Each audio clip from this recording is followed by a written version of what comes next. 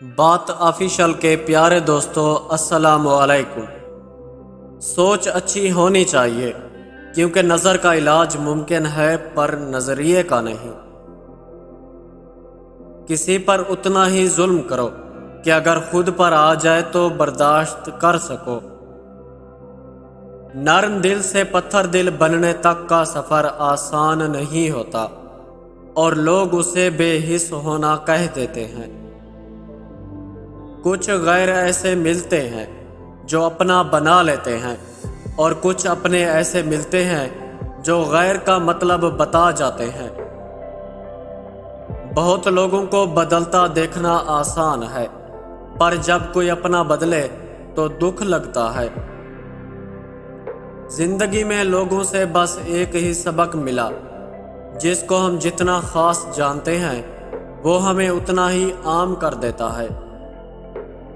ضرورت کی چیز جب ضرورت سے زیادہ ملے تو وہ غیر ضروری ہو جاتی ہے۔ پاکیزگی صرف نفرت میں ہے، محبت میں اب صرف وقت گزاری ہے۔ دکھ تکلیف انہی کے مقدر میں ہوتی ہے جو بے لوث وفاؤں کے اسیر ہوتے ہیں۔ کچھ لوگ کتابوں کی مانند الفاظوں سے بھرپور مگر خاموش ہوتے ہیں۔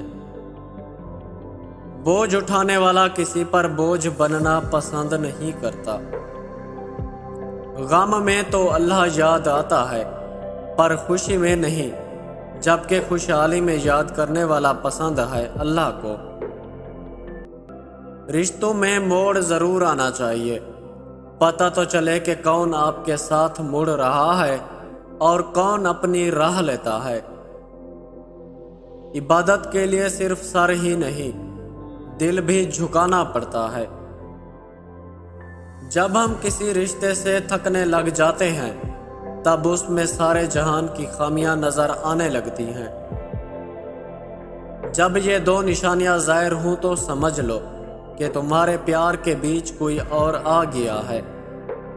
نمبر 1، جس سے آپ پیار کرتے ہو وہ آپ کو وقت نہ دے۔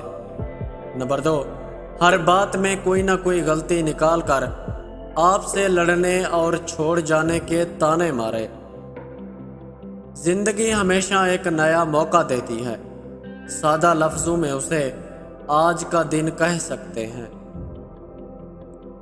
دوسروں کو اپنے بارے میں صفائیاں دے کر اپنا وقت اور کردار ضائع نہ کریں۔